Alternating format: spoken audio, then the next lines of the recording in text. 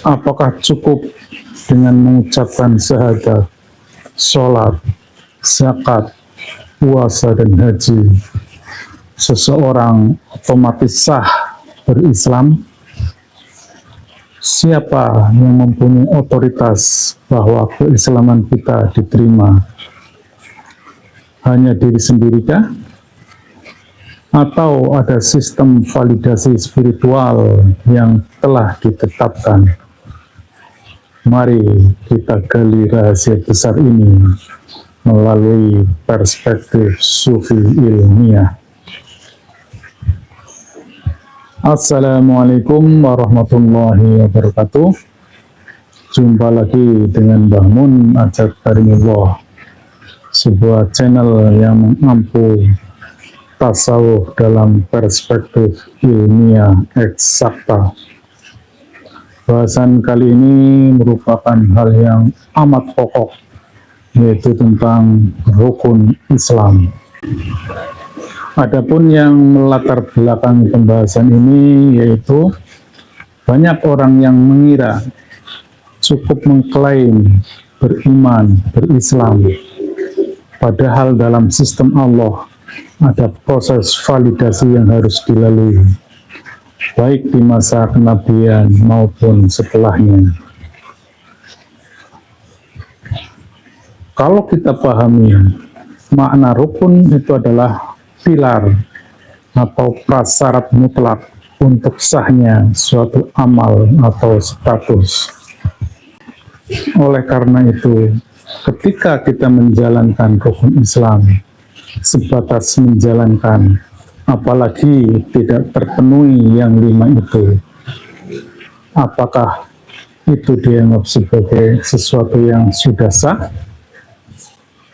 Dalam sistem apapun, ketika ditetapkan adanya prasyarat dan prosedur, maka pastilah ada pihak-pihak yang mempunyai otoritas, yang memvalidasi, yang menetapkan seseorang telah memenuhi syarat. Apapun, ini adalah sistem yang universal. Tidak mungkin sebuah sistem dijalankan oleh diri kita sendiri. Tidak mungkin sebuah sistem dijalankan oleh satu pihak saja. Pihak yang melaksanakan dan pihak yang punya otoritas itu pasti harus terjadi.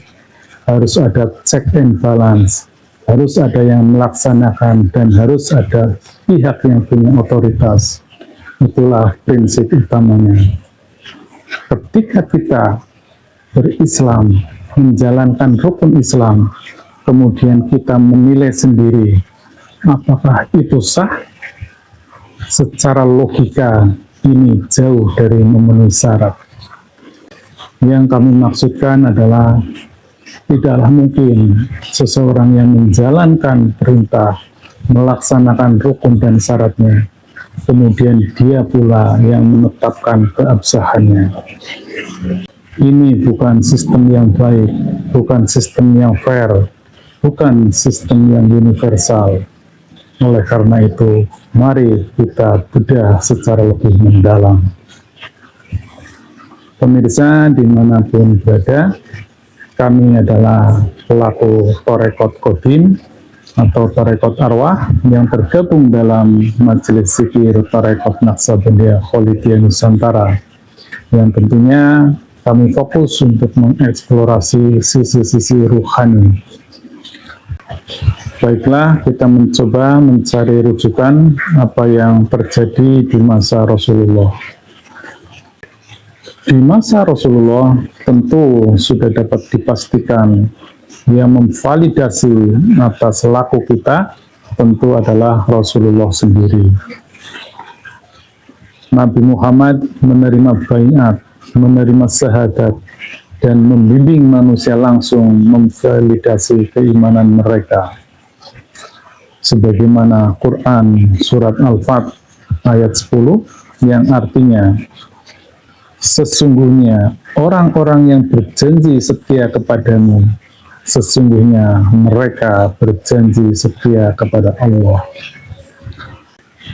Hal yang lain yaitu yang sering kami sampaikan dalam Quran surat Al-Hujurat 14, di mana sekelompok Arab Badui menghadap Rasulullah dan menyatakan dirinya beriman, tetapi langsung dikoreksi oleh Rasul bahwa kalian baru berserah diri karena iman belum tertancap di dadamu.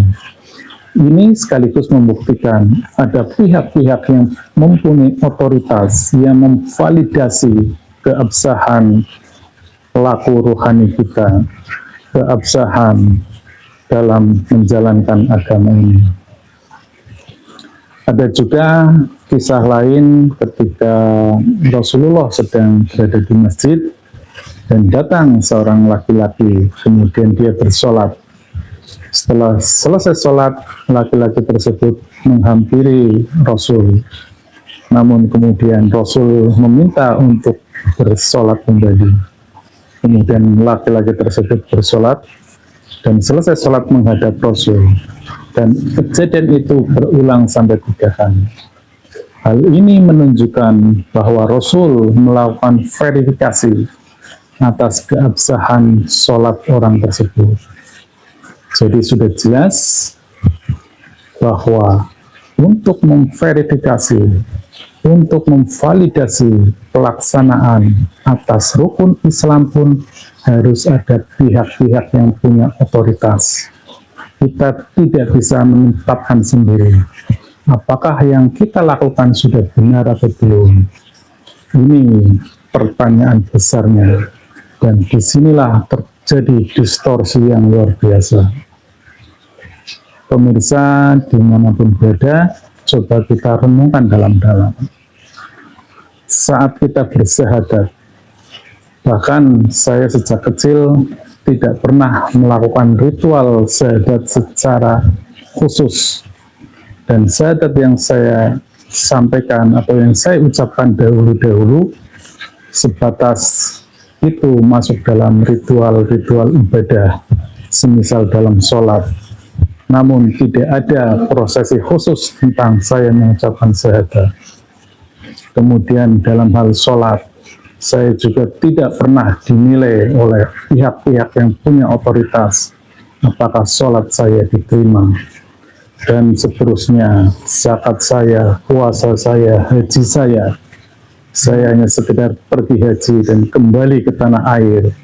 Namun tidak ada yang memverifikasi. Tidak ada pihak-pihak yang mengotorisasi keabsahan haji saya. Semua berjalan apa adanya.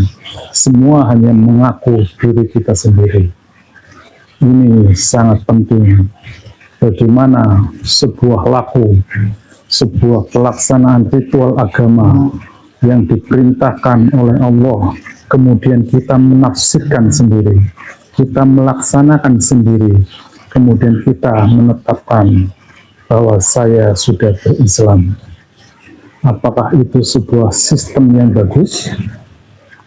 Ini sistem dari Allah, pastilah sistem yang sempurna, mekanisme yang sempurna, on guaranteed. Tidak mungkin sebuah sistem didesain secara sembrono seperti itu. Tidak mungkin sebuah sistem hanya diakui oleh diri kita sendiri.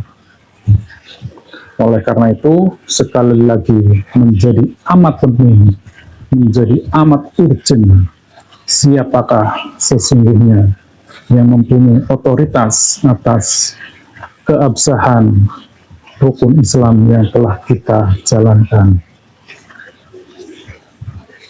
Pemirsa dimanapun berada, sekali lagi dalam kesempatan ini saya sampaikan, ada 2 kanal besar umat dalam memahami agama Islam ini.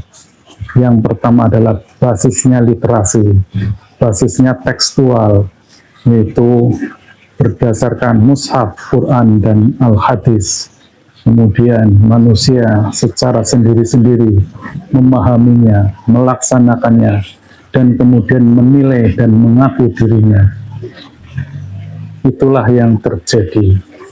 Walaupun sumber informasinya bisa dari seorang ulama, dari seorang ustadz, dari seorang yang ahli, namun pada akhirnya ketika kita menjalankan ritual, itu adalah pelaksanaan pribadi kita, perspektif kita, sudut pandang kita.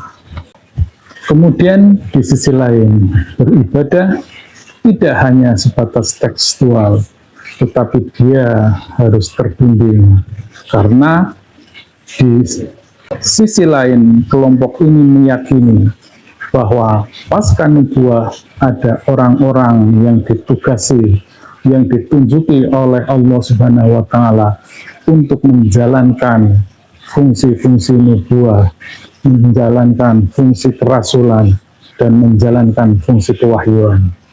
Dan selalu saya sampaikan, pribadi tersebut adalah hamba-hamba yang disucikan ruhaniahnya. Dia bisa seorang wali yang mursyida, dia bisa seorang ulil amri minkum, atau rasulun min anfusikum, atau sang warasatul anbiya. Itulah pribadi-pribadi yang ditunjuk oleh Allah menjalankan fungsi-fungsi tersebut. Oleh karena itu, dalam perspektif tasawuf, dalam perspektif rohani, dalam beragama, kita memerlukan pembimbing tersebut untuk menilai, untuk memvalidasi, untuk memverifikasi kualitas ibadah kita. Apakah sholat kita sudah benar, apakah syahadat kita sudah benar, dan apakah keimanan kita sudah benar. Karena ini adalah sesuatu yang sangat fundamental. Ini tidak mungkin kita menetapkan sendiri bahwa saya sudah berislam dan saya sudah beriman. Oleh karena itu, ini adalah sebuah kondisi yang darurat. Sudah saatnya kita mencari seorang mursyid yang bisa membimbing kita untuk menuju kepada jalan yang benar, jalan yang lurus. Itulah tali wasilah. Dialah seseorang yang bisa mempersambungkan rohani kita ke dalam sistem wasilah. Demikian yang dapat kami sampaikan. Semoga ini melengkapi pemahaman kita yang telah ada. Dan sekali lagi kami sampaikan bahwa tujuan kami adalah dalam rangka udkhulu fisil mikafah. Masuklah ke dalam Islam secara sempurna, baik lahir maupun batin, baik jasmani maupun rohani, baik dunia dan akhirat. Billahi anta maksudi, waridhoka matlubi. Wassalamualaikum warahmatullahi wabarakatuh.